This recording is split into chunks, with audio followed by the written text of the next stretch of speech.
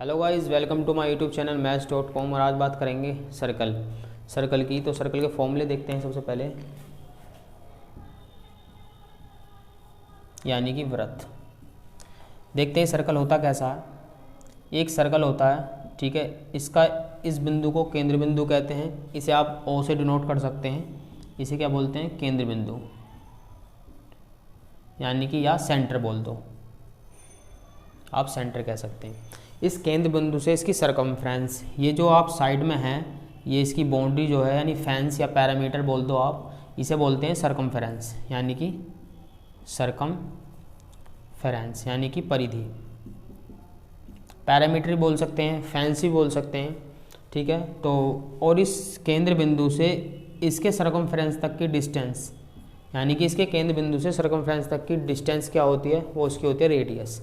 जैसे इस केंद्र बिंदु से यहाँ तक सरकमफ्रेंस तक की डिस्टेंस रेडियस है, तो इसके केंद्र बिंदु से सभी पूरे सरकमफ्रेंस पर कहीं भी आप खींच लीजिए, वो रेडियस ही होगी, ठीक है जी। तो मैं देख लेता हूँ फिर एक रेडियस, ये भी तो रेडियस ही होगी। अगर मैं इस कंप्लीट रेडियस की बात करूँ तो ये क्या होगा? ये होगा इसका डायमीटर, यानी कि व्यास, ठीक है। तो ये हो जाएगा 2r हो जाएगा, और इसे बोल देता हूँ मैं डायमीटर, से d से डिनोट कर देता हूँ। तो किसी सर्कल के अंदर अगर सरकमफ्रेंस की बात करूं तो सरकमफ्रेंस क्या होगा? सरकमफ्रेंस को मैं c से डिनोट कर देता हूं, और c से डिनोट करने के बाद मैं लिख देता हूं, इसका फॉर्मूला क्या होता है? 2πr। 2πr क्या होता है? इसका फॉर्मूला होता है, यानी कि 2πr इसकी सरकमफ्रेंस होती है। जैसे कि किसी भी शेप की मैंने बताई थी, पैरामीटर की बात हो तो एक तरह से पैरामीटर ही है सरकमफ्रेंस, या आप पैरामीटर कह सकते हैं, सरकमफ्रेंस कह लो। तो 2πr होता, आप हमें बता देता हूँ, यहाँ पर d इजिकल टू 2r है। जब हमें पता है कि d इजिकल टू 2r है, तो हम कह सकते हैं 2r जो होगा c is equal to d into pi होगा। अगर आप डेफिनेशन पाई की देखें तो पाई की डेफिनेशन इसके अकॉर्डिंग ये होगी कि अगर किसी भी सरकमफ्रेंस को हम उसके डायमीटर से डिवाइड कर दो, क्या बनेगा? पाई की एक वैल्यू आ जाएगी, ये वैल्यू आएगी पाई की, ठीक है जी। अब इसके एरिया की बात कर लेते हैं। एरिया क्या होता है? किसी भी वृत्त का एरिया क्या होता है? वृत्त का एरिया, इसे मैं ए से डिनोट कर देता हूँ, वो होता है पाई आर स्क्वायर, यानी कि किसी भी वृत्त का एरिया क्या होता है? पाई आर स्क्वायर होता है। तो ये हुआ पाई आर स्क्वायर, ये सरकमफ्रेंस है तो 2πr हुआ। इसे मैं सी से डिनोट यहाँ से करके दोबारा से लिख देता हूँ 2πr, ये सरकमफ्रेंस यानी कि इसकी परिधि हुई। ये एरिया पाई आर स्क्वायर हुआ, जिसे आप ए से डिनोट करेंगे। इसका डायमीटर d 2r हो गया, ठीक है जी। अब बात करते हैं कुछ और ऐसी चीज़ें जो कि पेपर के साथ साथ हम किसी भी क्वेश्चन में अप्लाई कर सकते हैं मेंसुरेशन के में। देखते हैं तो जहाँ वो सर्कल से रिलेटेड कुछ ऐसे और फैक्ट्स हैं जो आपको याद करने की ज़रूरत है, ठीक है जी।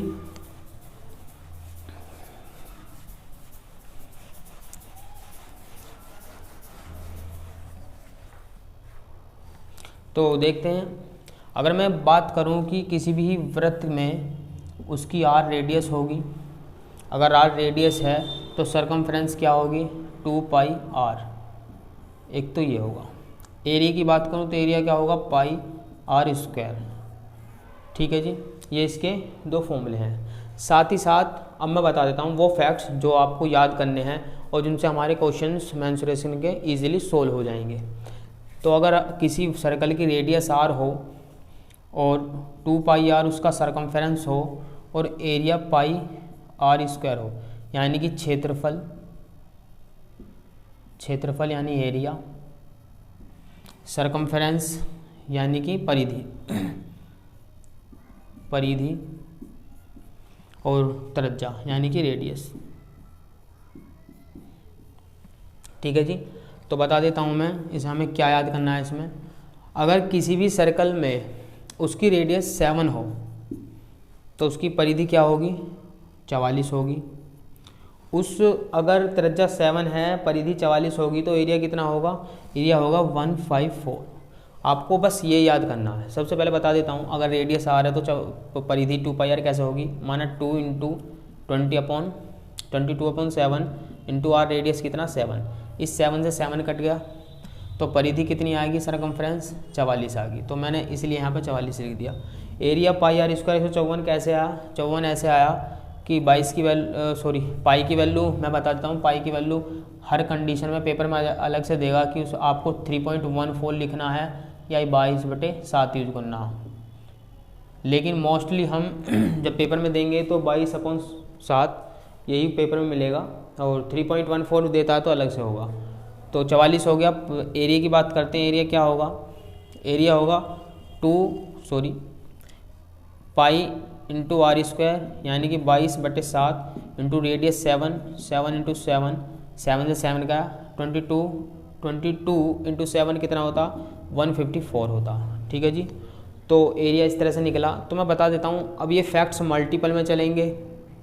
कितने ही किसी भी तरह का मल्टीपल हो, कितना ही टाइम्स हो, तो हर बार यही फॉर्मूला अप्लाई हो जाएगा, और यही बस एक नंबर यही इसके अकॉर्डिंग ही सब क्वेश्चंस हो जाएंगे। जैसे कि 7 अगर मैं कहूँ, अगर सर्कल की रेडियस 14 हो तो तब परिधि कितनी हो जाएगी? जब यहाँ पर 7 दूनी 14 हुआ, डबल हुआ, तो यहाँ पर सरकमफ्रेंस भी डबल हो जाएगी, यानी कि 88, क्योंकि यहाँ रेडियस क्या है? एक सिंगल पावर में, तो इसलिए यहाँ पे भी डबल हुआ, तो यहाँ पे। लेकिन यहाँ क्या है? पावर क्या है? स्क्वायर में, तो यहाँ पर क्या होगा? एरिया 4 गुना हो जाएगा। जैसे इसको डबल करा तो एरिया कितना हुआ? 4 गुना, यानी कि 4 गुना होने का मतलब है 154 चौका कितने हो गए? 616। ठीक जी। अगर मैं 7 और 14 की बात करूँ तो मैं कह सकता हूँ कि 21 की बात भी आ जाएगी। अगर 7 का 3 गुना करा 21 आया, तो यहाँ पर 44 से 3 गुना करेंगे तो कितना जाएगा? 132। ठीक जी। तो 132 यहाँ पर सरकमफ्रेंस आ गई, और इसके बाद एरिया कितना होगा इसका? 1386। मैं ये क्या बता रहा हूँ? मैं बताना चाह रहा हूँ कि आपको थोड़े से ये फैक्टर्स क्यों याद रखने पड़ेंगे। हो सकता है आप इसको याद रख लें तो मोस्टली आपको ये मिल जाएंगी वैल्यू, आप आसानी से बना लेंगे। साथ ही साथ अगर ये याद हो जाए परमानेंट तो अच्छा है। माना आपसे रेडियस 21 दे रखी है और एरिया पूछ ले 1386, ठीक है, तो पाई आर स्क्वायर।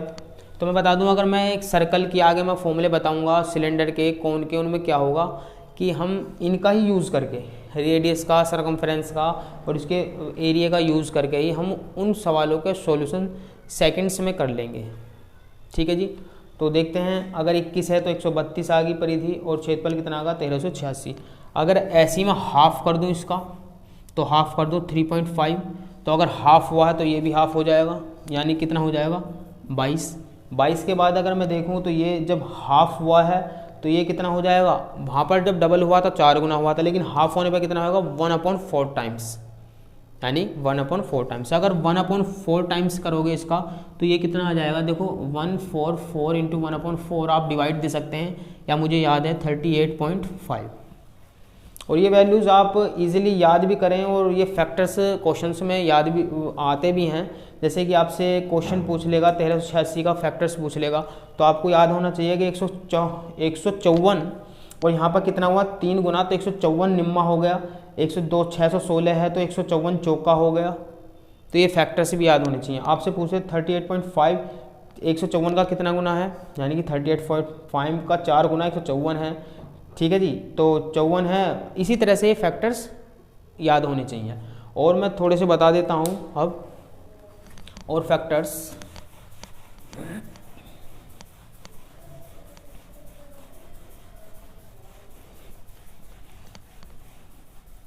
तो हम इसको थोड़ा सा अच्छे से बना लेते हैं। सगले फैक्टर्स लिख देता हूँ मैं, ताकि आप इजीली इन्हें याद कर पाएँ और देख लें। तो देखते हैं, सबसे पहले अगर रेडियस आर है, सरकमफेरेंस 2 पाई आर है, और एरिया कितना है? पाई आर स्क्वायर। तो मैं सबसे पहले शुरुआत करता हूँ 3.5 की। अगर रेडियस 3.5 है तो सरकमफेरेंस कितना होगा? 22। अगर इसका एरिया 3.5 है, 22 हो जाएगा, तो ये कितना हो जाएगा? 38.5। अब ऐसे ही मैं डबल कर देता हूँ, 7 हो जाएगा, तो इसका कितना डबल हो जाएगा? 44 हो जाएगा। इसका 4 गुना हो जाएगा, क्योंकि यहाँ डबल हुआ तो यहाँ एरिया आर स्क्वायर है, तो कितना हो जाएगा? 4 गुना, यानी कि 154। अगर मैं डबल कर रहा हूँ 7 हो गया, लेकिन मैं अगर इसका 1.5 गुना करूँ, 7 का 1.5 गुना, जैसे कि 1.5 गुना होता क्या है? 1.5 गुने होते हैं, जैसे मैं कहूँ 6 इंटू 1.5 गुना 3/2, तो 2 इंटू 3 इंटू 9, यानी कि 6 का 1.5 गुना कितना हुआ? 9। तो 1.5 गुना होता है वो वैल्यू जिसमें 1.5 का मल्टीपल होकर वैल्यू मिले। तो तो ये वैल्यू अब मैंने इसको अब मैंने हाफ की, अब इसे डबल कर दिया, अब मैं इसका 1.5 गुना कर रहा हूँ 7 का, तो वो हो जाएगा 10.5। ये वैल्यू भी बहुत आती है, डायरेक्टली आपको क्वेश्चंस मिल जाएंगे इस पर। तो 10.5 हुआ तो इसका भी 1.5 गुना हो जाएगा, जब 7 का 1.5 गुना हुआ तो इसका भी 1.5 गुना हो जाएगा, कितना हो जाएगा 66। और एरिया 1.5 गुना होने का मतलब है कि 3/2 टाइम हुआ है, तो इसका मतलब स्क्वायर में होगा, तो स्क्वायर में होने का मतलब कितना होगा 9/4, यानी कि एरिया 9/4 हो जाएगा। यानी कि मुझे पता लगा 10.5 अगर रेडियस है तो 2πr इसकी सरकमफेरेंस 66, तो ये हो जाएगा 346.5 इसका एरिया। ठीक है, अगर मैं 10.5 के बाद मैं लूँ 14 ले लेता हूँ, 14 लेता हूँ, डबल ले लेता हूँ उसका, तो कितना हो जाएगा 88 हो जाएगा इसकी सरकमफेरेंस। और 88 होने के बाद एरिया कितना होगा इसका, अब यहाँ से डबल हुआ ना 88, तो 7 का 2 गुना यानी कि 14 हुआ है, 44 से 88 डबल हुआ है, तो 54 से 4 गुना होगा यानी 616। एरिया कितना होगा 616। ठीक है जी, मैं फिर दोबारा से ले लेता हूँ, अब 14 हो गया तो मैं अब ले लेता हूँ 17.5, क्योंकि ये भी बहुत अच्छी वैल्यू है। 17.5 अगर हुआ है तो मुझे याद भी है इजीली, तो 17.5 होने का मतलब है कि यहाँ पे कितना होगा, यहाँ पे होगा 10110। ठीक है जी, 110 होने के बाद यहाँ पर वैल्यू कितनी आएगी, वहाँ पर होगी 962.5। ठीक है जी, आपको याद करना है, अगर 17.5 अगर रेडियस है तो सरकमफेरेंस 110 और 962.5 क्या होगा इसका एरिया। अब चलता हूँ मैं 21 पे चलता हूँ, तो 21 कितना होगा, 21 होगा 132 और 1386। अगर मैं 21 के बाद जाऊँ तो 28 की बात होगी, 28 पर होगा 176। ठीक है जी, और यहाँ कितना हो जाएगा एरिया, ये हो जाएगा 2464। थोड़ी सी और चलना हमें। अगर 28 के बाद बात करूँ 35, तो देखो अगर 35 का मतलब पॉइंट हटाना सिर्फ, तो पॉइंट हटने का मतलब है 22 है, तो यहाँ पर कितना हो जाएगा 220, और इसके बाद कितना हो जाएगा 3850। ठीक है जी, और एक नंबर्स और बता देता हूँ मैं, 42 का बता देता हूँ मैं, 42 का बताता हूँ। 42 अगर है तो कितना हो जाएगा 264, और एरिया कितना होगा 5544। ठीक है जी, तो ये कुछ फैक्ट्स थे, और इन फैक्ट्स में मैं बता दूं कि ये फैक्ट्स डायरेक्ट ही फॉर्मूला लगाने की भी ज़रूरत नहीं होती। इसमें क्या है, सॉल्यूशन हमें तुरंत मिल जाता है। जैसे भी क्वेश्चन होंगे मेंसुरेशन के, उन मेंसुरेशन के क्वेश्चनों में हमें ये वैल्यूज़ अगर याद हैं तो क्वेश्चन ईजिली हो जाएंगे। मैं अप्लाई कराऊंगा, आपको बताऊंगा बाद में जब मैं क्वेश्चन शुरुआत करूँगा। ठीक है ना, प्रीवियस ईयर के मेंसुरेशन के हार्ड क्वेश्चन लेंगे हम, और अच्छे प्रीवियस ईयर के क्वेश्चन, सभी क्वेश्चनों को लेके इनको अप्लाई करना बताऊंगा आपको। फ़िलहाल में भी लर्न करने हैं इजीली, और बहुत अच्छे से याद हो जाएंगे 4-5 बार आप लिखोगे तो thank you for watching this video को लाइक, शेयर और सब्सक्राइब ज़रूर करें।